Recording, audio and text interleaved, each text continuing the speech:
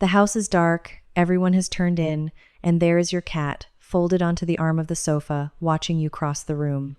On your way past, your hand drops for the scratch you give every night, and for a heartbeat, your cat tilts away before leaning back in and allowing it. You keep the bowl full. You scrape out the litter box. You buy the toys that gather dust under the shelf. And underneath it all, a question keeps circling that most pet parents never say aloud. Do I actually mean anything to this animal? If that thought has ever landed on you, take this to heart. It does not make you a bad pet parent. It makes you a caring one. For years, you have been fed a story about cats as chilly, distant loners who only put up with us for the kibble.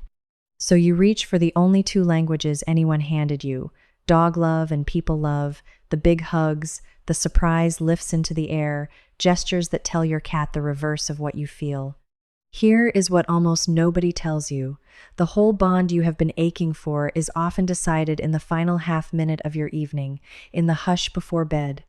There is a small nightly routine, 7 gentle habits, each under a minute, none costing a cent, already living in the quiet moments you share after dark. And if you caught the thumbnail, you saw the promise. By the 7th habit tonight, I will hand you one spot on your cat's body that runs deeper than all the rest combined. Hi everyone, I am Grace Lee, your neighborhood veterinarian, and welcome back to the channel. In my years in the clinic, the thing pet parents ask me most is not about fleas or hairballs. They ask, a little shyly, whether their cat truly loves them, and the science gives us a warm answer. Yes. Researchers at Oregon State University found that roughly 2 out of every 3 cats form a secure attachment to the person caring for them, the same bond a human infant forms with a parent. We are trained to treat cats like miniature dogs or aloof house guests, but as a holistic leaning vet, I am convinced this bond is never about doing more or spending more. It comes down to the root cause, whether or not you can speak their language. So tonight I am walking you through all 7 habits in the order I run them at home. Habit 1 is your goodnight voice, and you already do it on instinct. It is that high, soft, silly tone that slips out the second your eyes meet, one you would never use in a meeting. Most feel embarrassed by it. Do not be. It does more than you know. Here is the tell. Your cat lifts their chin, swivels an ear, maybe closes a step, but only once your voice floats up into that warm melody. Drop into your flat grown-up tone and you get almost nothing. They are holding out for the voice they know by heart. Scientists call it cat-directed speech, the feline sibling of the sing-song we all fall into around a baby. A team in France, in 2022, found that cats perked up for their own person's warm tone, but tuned out that same person's plain voice and ignored a stranger using the sweet one. The magic is not the pitch. It is the pitch coming from you. So on your way to bed, murmur something, anything, gentle and warm and a little musical. One caution: softness is the point. Cats startle at a sudden jump in volume, so never let it slide into loud or sharp, and do not loom over them. Habit 2 runs deeper still, and it makes no sound at all.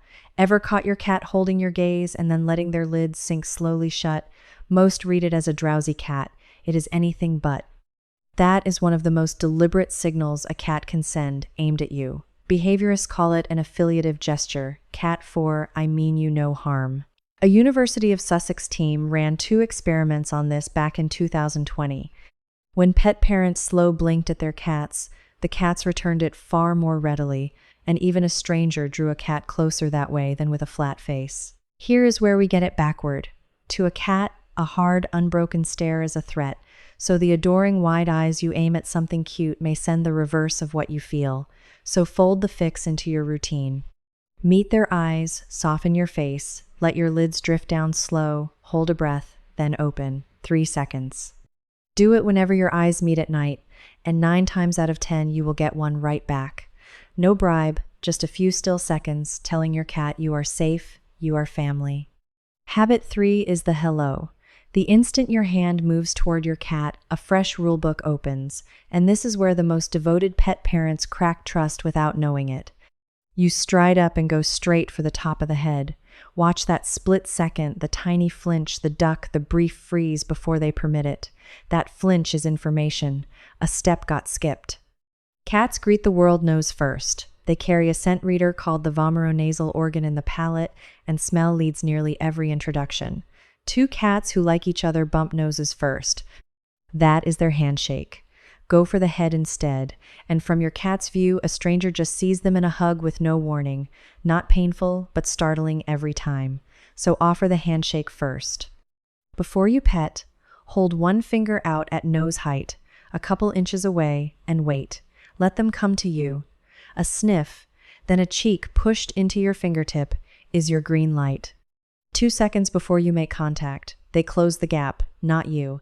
Never jab a finger at their face, and never back them into a corner. Ears going flat or a head pulling away means pause and try again later. Habit 4 almost hurts to obey, because it is born of love. Your cat is folded into a flawless loaf, dead asleep, and something in your chest has to gather them up. I feel that pull too, but hold on. Cats are polyphasic sleepers, banking 12 to 16 hours a day in short bursts, and deep sleep leaves them more exposed than any other moment. Scoop them out of that and the heart rate jumps before they can register why. Even if they resettle against you seconds later, part of them has filed that warm spot away as not actually safe.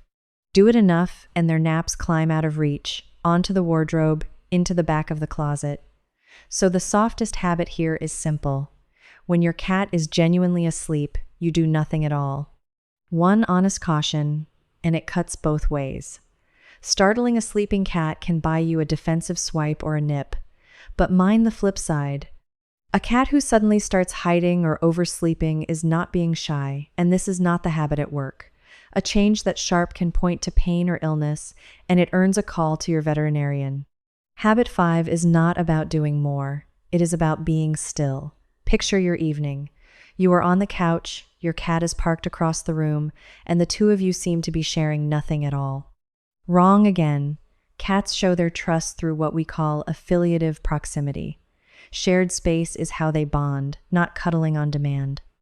A cat only lowers its guard near someone it fully trusts, because rest means letting that guard down. So being close by and asking nothing is the most reassuring thing you can say in cat. It is laughably simple. Settle in and get on with your evening. Do not summon them, do not reach, do not engineer a moment. Just let them exist beside you under zero pressure, about 10 minutes a night. The only thing it asks of you is patience. Lunge in too early, and you undo the very trust you are building. Let the choice be theirs. Week by week, that distance collapses.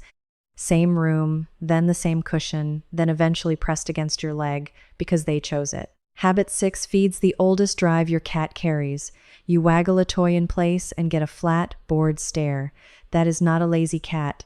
That is a hunt with no arc. Feline hunting runs along a fixed chain. They lock on, they creep, they give chase, they spring, they seize, and finally, the bite that finishes it. Jiggle a toy on one spot and you erase every stage, so your cat never reaches the finish its brain is begging for. So run it right, ideally early evening before dinner. Take a wand toy and skitter it like fleeing prey, always retreating from your cat, never lunging toward them. Send it behind a chair, hold dead still, then dart out again.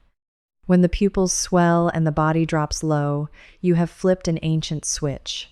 5 to 10 minutes does it. And the piece everyone forgets, let them catch it at the end, then wind down. When a cat snubs every toy, almost always it is the motion, not the toy. So quit waggling, start fleeing, and let them make the catch. One hard line, never let your bare hands be the prey, or your cat learns that fingers are fair to bite. Once play is done, tuck every wand and string toy back into a closed drawer, because loose string is a real choking and swallowing hazard, out only when you can supervise. And here we are, habit 7, the one place that outranks every other inch of your cat. Rub a belly, and you tend to walk away with claws. But work your fingertips into that narrow band between and just behind the ears, and something different unfolds. The eyes fall shut, the body loosens, the purr sinks into a deeper register.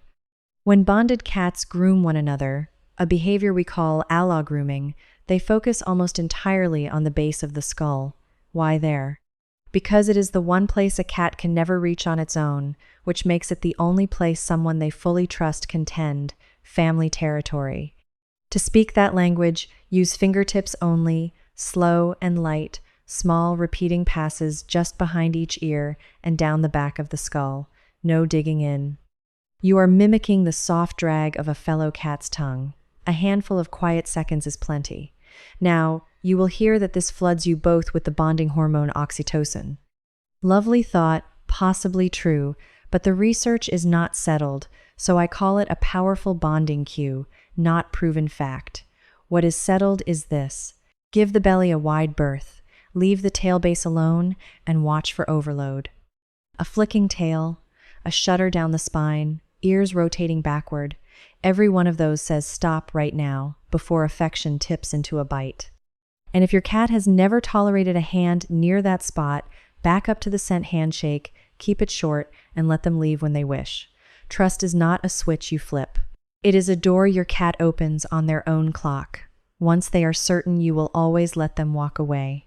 One serious word before we wrap, because every habit here assumes a healthy cat, and none of it stands in for real medical care. If your cat changes on you suddenly, starts hiding, refuses food, grooms a patch of fur raw down to the skin, spends far more of the day asleep, grows short-tempered, or shrinks from a touch they once melted into, listen closely. That is very often pain or sickness talking, not personality, and it is not something a slow blink will ever mend. A change that abrupt means a prompt vet visit, because no amount of behavior work replaces a proper exam when something is truly wrong. Here is the honest counsel I give every pet parent in my clinic. Do not attempt all 7 in one night. Pile on the baby talk, the blinking, the offered fingers, and the wand hunting all at once, and you will only overwhelm the cat you are trying to reach. Choose 1, maybe 2.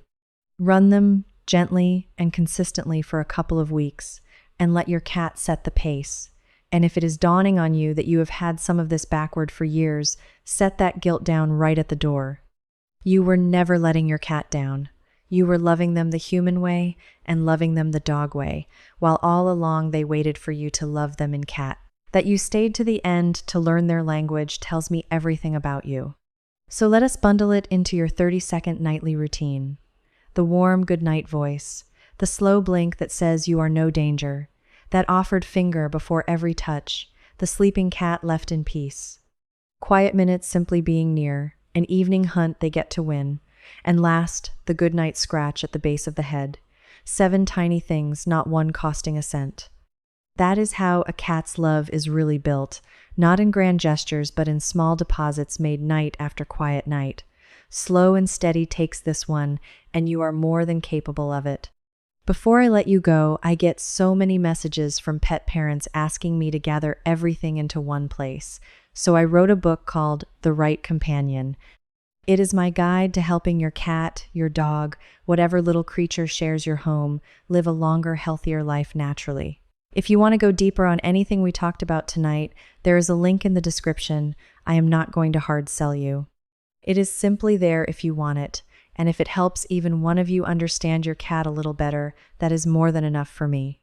Then leave me a comment, because I read every one I can, and I truly love hearing your stories. Tell me which of the 7 habits your cat responded to first, and give me your cat's name and what they look like. If tonight helped you see your cat a little differently, tap that like button for me. It is the easiest way to nudge the algorithm toward more pet parents hoping to bond with their cats. Subscribe too, so the next feline deep dive finds its way to you. So tonight, before your head hits the pillow, reach out and give your sweet cat a slow blink and a scratch behind the ear from Lee. Do the small things, love them hard, and I will see you in the very next